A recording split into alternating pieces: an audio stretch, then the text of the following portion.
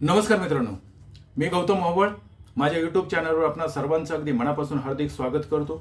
मित्रांनो, आजचं आपलं कॅप्शन आहे, आंबेडकरांना मुख्यमंत्री करा. मनात तुमच्या प्रश्न निर्माण झालाच असेल की कोणत्या आंबेडकरांना मुख्यमंत्री करायचे, असं कोण म्हणतंय आणि का म्हणतंय. मित्रांनो, या सर्व प्रश्नाची उत्तरं जर पाहिजे असतील तर तुम्हाला हा व्हिडिओ संपूर्णपणे पाहावा लागेल.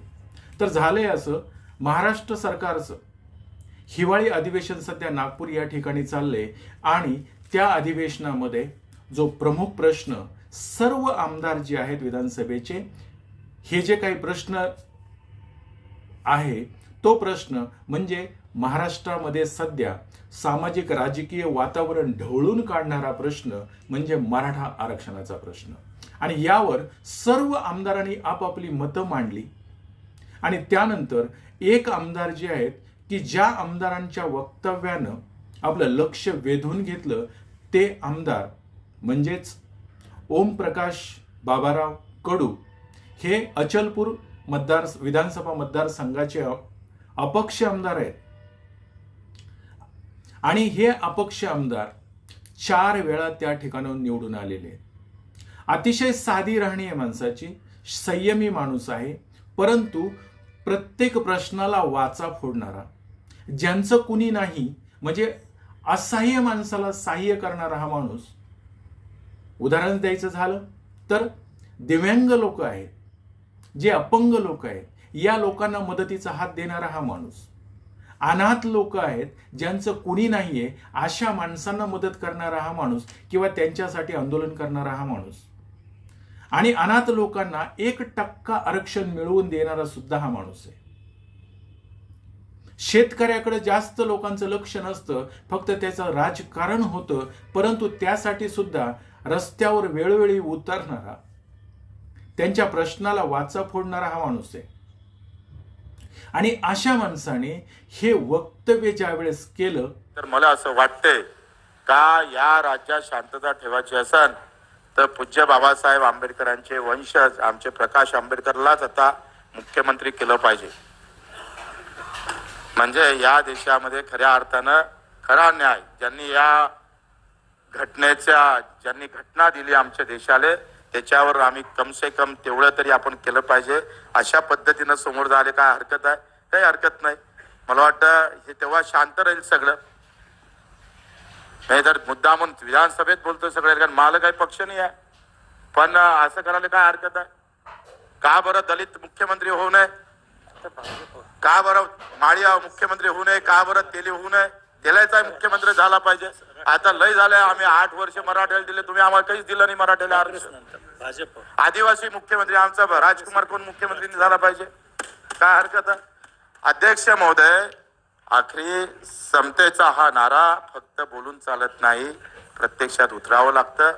आणि म्हणून एका जातीला टार्गेट केल्यापेक्षा मला वाटतं सगळे मिळून सगळ्यांसोबत जाऊन आम्ही सगळे एक आहोत, महाराष्ट्र धर्म पाळावा एवढीच अपेक्षा करतो, विनंती करतो. अध्यक्ष महोदय, आपण त्यावेळेस त्यांनी महाराष्ट्रामध्ये सध्या स्थित असलेला मराठा आरक्षणाचा जो प्रश्न आहे त्यावर भाष्य करताना त्यांनी महात्मा ज्योतिराव फुल्यांच्या पुस्तकातील एक उतारा वाचून दाखवला की आपलं जे भारत देशाचं जनगणमन हे राष्ट्रगीत आहे, या राष्ट्रगीतामध्ये जो मराठा शब्द येतो तोच हा जातीवाचक नसून आपण सर्वजण मराठा आहोत, हे सुद्धा ते सांगायला विसरलेले नाही.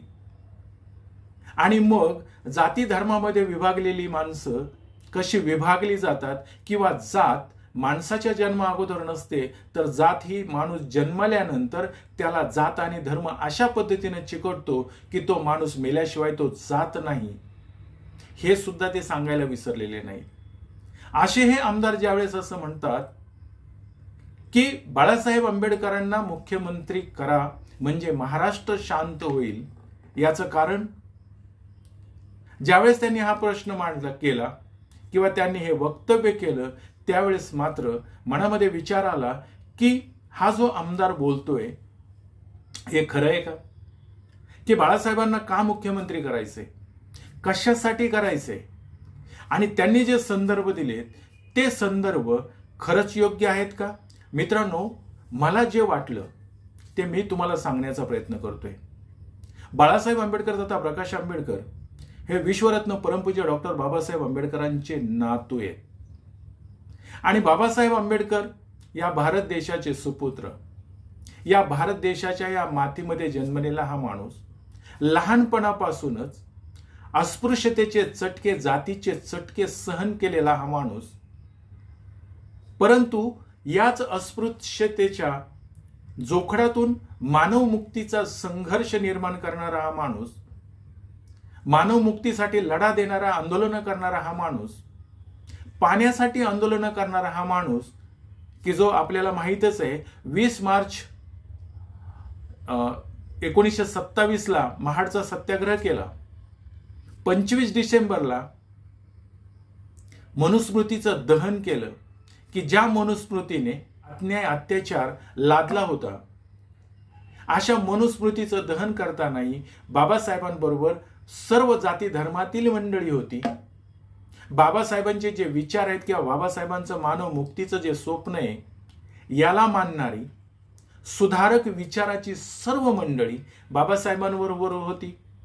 आज जो आपण मराठा म्हणतो, या मराठा समाजाचे बहुसंख्य लोक बाबासाहेबांच्या आंदोलनामध्ये सहभागी होती. आणि त्याचं एक उत्तम उदाहरण म्हणून भाई माधवराव बागल हे बाबासाहेबांना आपला नेता मानत होते आणि त्यांच्या बाबासाहेबांप्रती असलेला स्नेहभाव, आदर दाखवण्यासाठी बाबासाहेबांचा त्यांच्या जिवंतपणे, म्हणजे याच महिन्यामध्ये असं समजा 9 डिसेंबर 1950ला कोल्हापूर येथे असलेल्या बिंदू चौकामध्ये बाबासाहेबांचा पुतळा बसवला, की जो आज सुद्धा आपल्याला त्या ठिकाणी दिसतोय. म्हणजे बाबासाहेबांच्या आंदोलनामध्ये अशी सर्व जाती धर्माची मंडळी होती. आणि बाबासाहेबांनी जे काही जाती धर्माचे चटके किंवा जातीयतेचे चटके सोसले, त्यासाठी सर्व समाजाला या जातीच्या बंधनातून मुक्त करण्यासाठी जिवंत असेपर्यंत अहोरात्र लढा दिला. आणि अशा बाबासाहेबांना ज्या वेळेस एक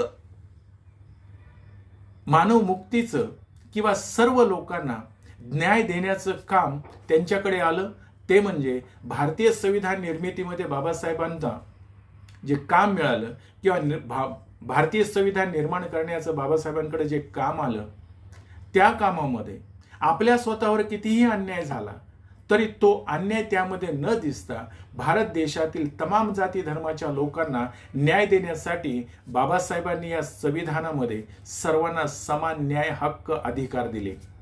इथे कुठल्याही प्रकारची विषमता ठेवली नाही.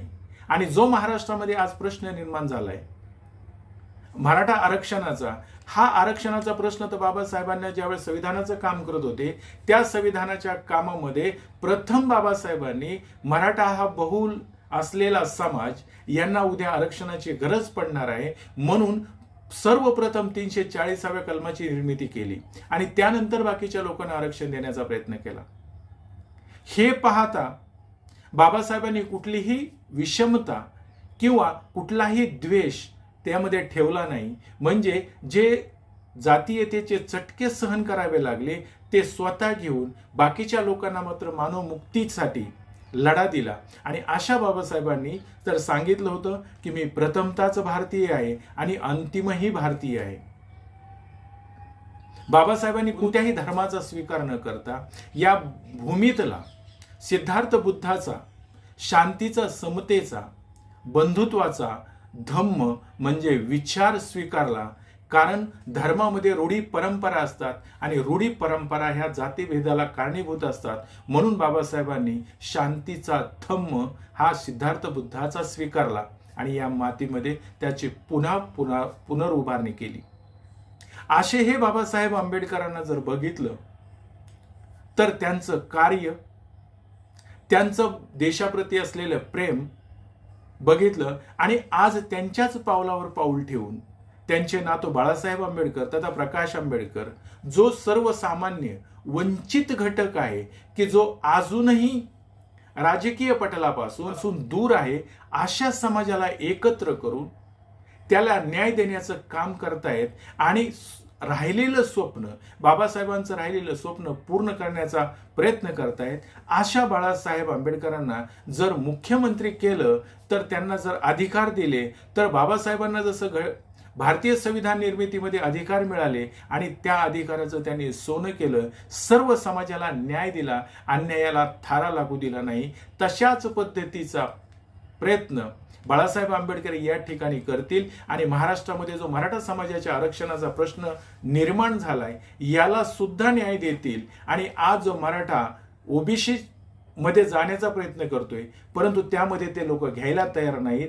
आरक्षणाच्या या मुद्द्यामुळं जाती जातीचे नेते तयार झालेत, जाती जातीचे गट तयार झालेत. आणि हे जर शांत करायचं असेल, माणसाला माणूस म्हणून जर एकत्र आणायचं असेल, तर मराठ्यांना आता आरक्षण देणं गरजेचं आहे.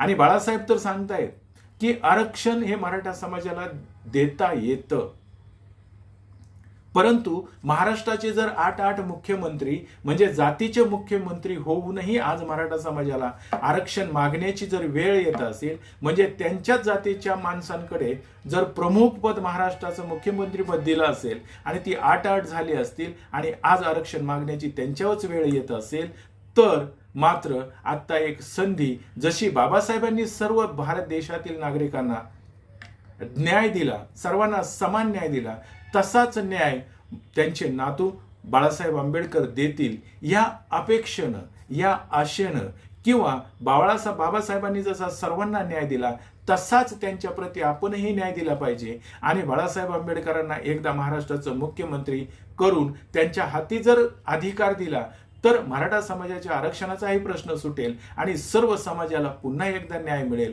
महाराष्ट्रामध्ये जे काही असंतोषाचं वातावरण निर्माण झालंय, राजकीय सामाजिक परिस्थिती ढवळून निघाली, ही पुन्हा एकदा शांत होईल आणि सर्वजण गुण्यागोविंदाने नांदतील आणि प्रत्येक समाजाला न्याय मिळेल. ह्या आशेनं जर बच्चू कडू असं म्हणत असतील, तर मला असं वाटतं की त्यामध्ये काहीही वावगं नाहीये. ते बोलतायत ते योग्यच आहे. आणि मित्रांनो, आरक्षणाचा जो मुद्दा आहे तो तर आंबेडकरांनीच घटनेमध्ये दिलेला आहे आणि तो पुन्हा एकदा आंबेडकरांकडेच जर येत असेल, तर तो मुद्दा अतिशय न्यायिक प्रक्रियेने बाळासाहेब आंबेडकर सोडवतील अशी आशा सर्वांनाच आहे. म्हणून जर बाळासाहेबांना महाराष्ट्राचा अधिकार किंवा महाराष्ट्राचं प्रमुख पद दिलं, तर हा तिढा सुटेल अशी सर्वांना आशा आहे आणि तो सुटणारच. यात वावगं काय? आणि मग बच्चू कडू जर असं म्हणत असतील की महाराष्ट्राचं मुख्यमंत्रीपद बाळासाहेब आंबेडकरांना दिलं पाहिजे, तर त्यात वावगं काय? मीही त्यांच्या मताशी सहमत आहे. मित्रांनो, तुम्ही जर माझ्या मताशी सहमत असाल तर हा व्हिडिओ नक्की लाईक, शेअर, सबस्क्राईब करा. एवढं बोलतो, थांबतो. धन्यवाद.